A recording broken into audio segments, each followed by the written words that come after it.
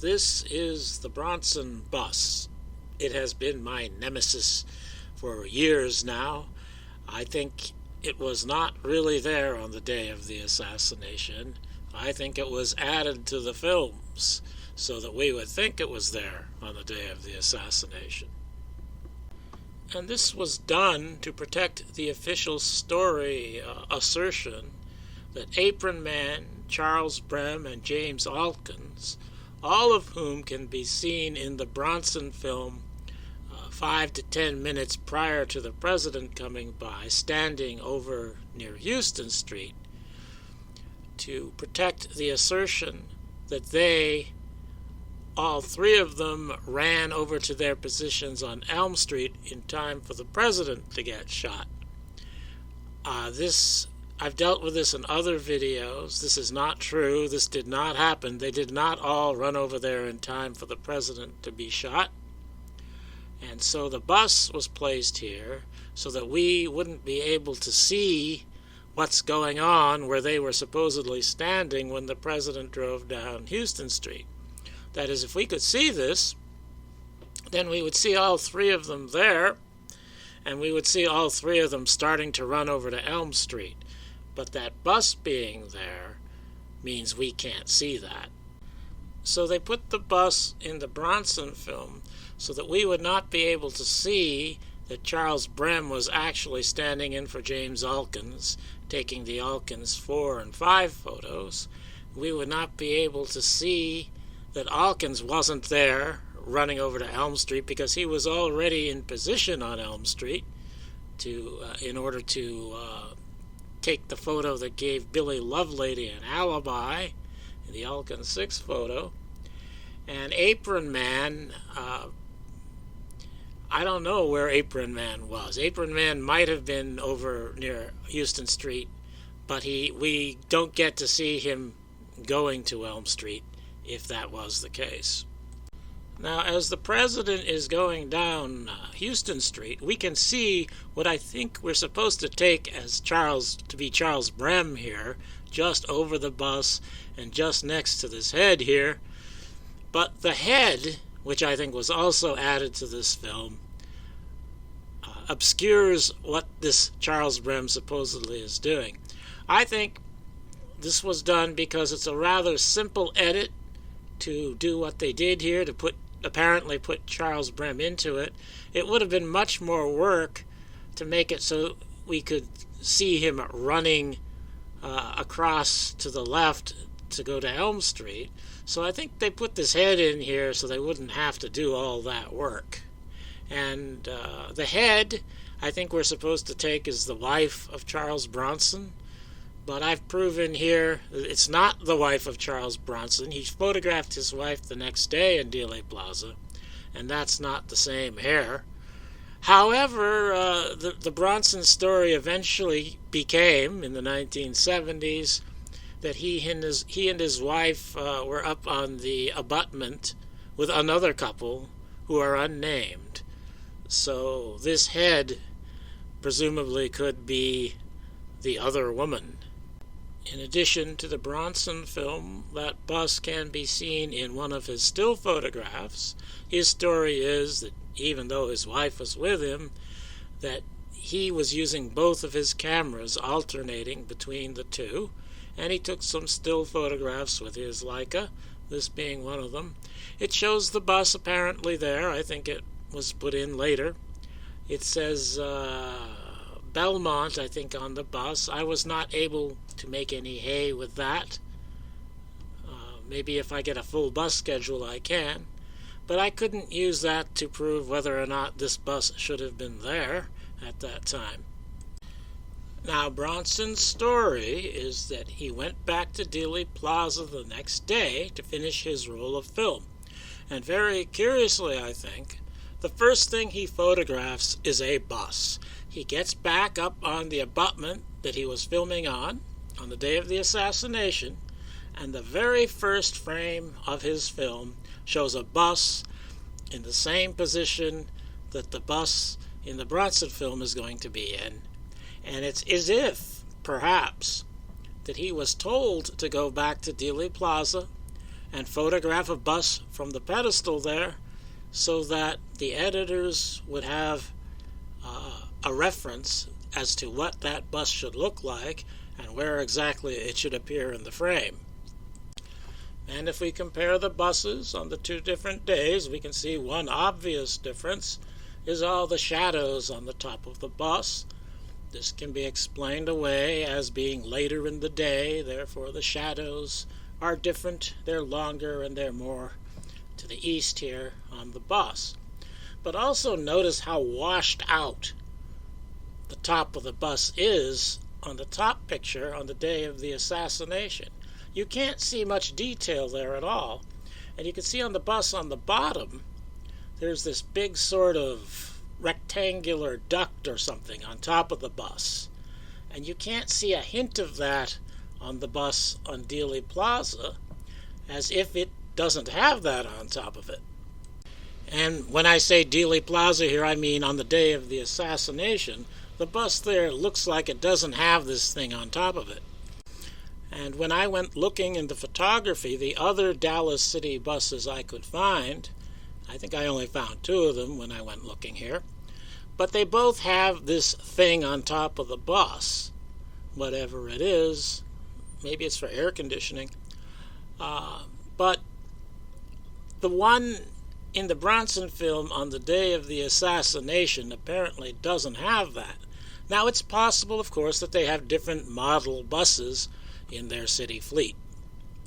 But I think probably they're all the same in that regard. They probably all have that thing on top, and that the bus in the Bronson film was simplified by overexposing the top of it so that you couldn't be certain, perhaps, that this bus did not have that thing on top because it's so overexposed that you can't distinguish any detail.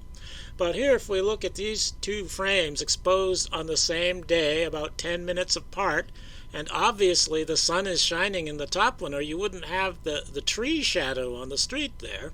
So the sun is shining, the sky is blue, and yet the frame on the bottom is much brighter. It's not just the bus, but the buildings in the background are also much brighter. So I think what was done here was the editors made the film much brighter. And he's also using the same lens here. He's got, I think, two different lenses on his camera, but he's using the same lens. Now, it's possible he might have changed a setting on the aperture of the camera. I don't know, but I think what was done here was that the editors made the bus frame brighter so that it would look more natural with the top of the bus being washed out, so you couldn't see that detail if it was really in this bus that they're using here.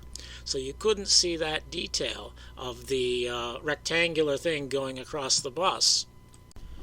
And here I've got three other different city buses on top, with the Bronson bus on the bottom, and the Bronson bus on the bottom I've put in the slide next to a frame from the film.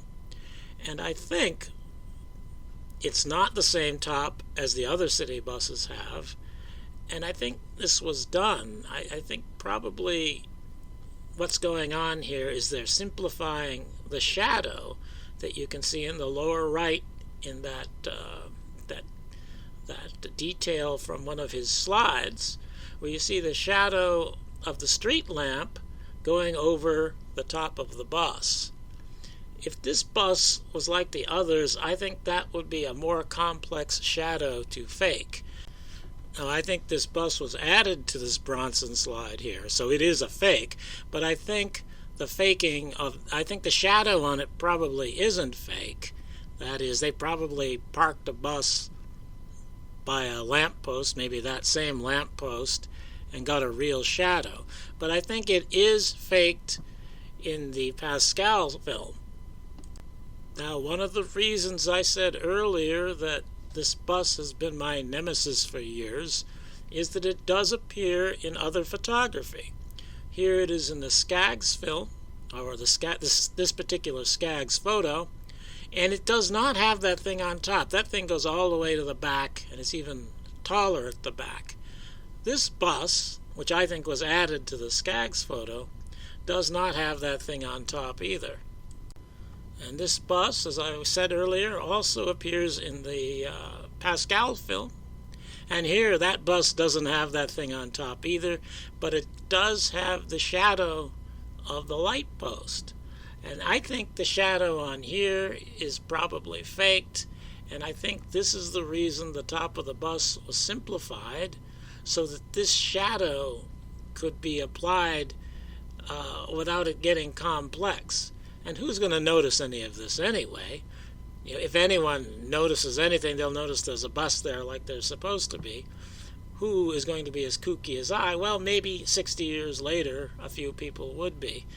But I think this bus was added to the Pascal film, and this might be one of the reasons the Pascal film is of such shitty quality. And we know the Pascals don't have their original anymore.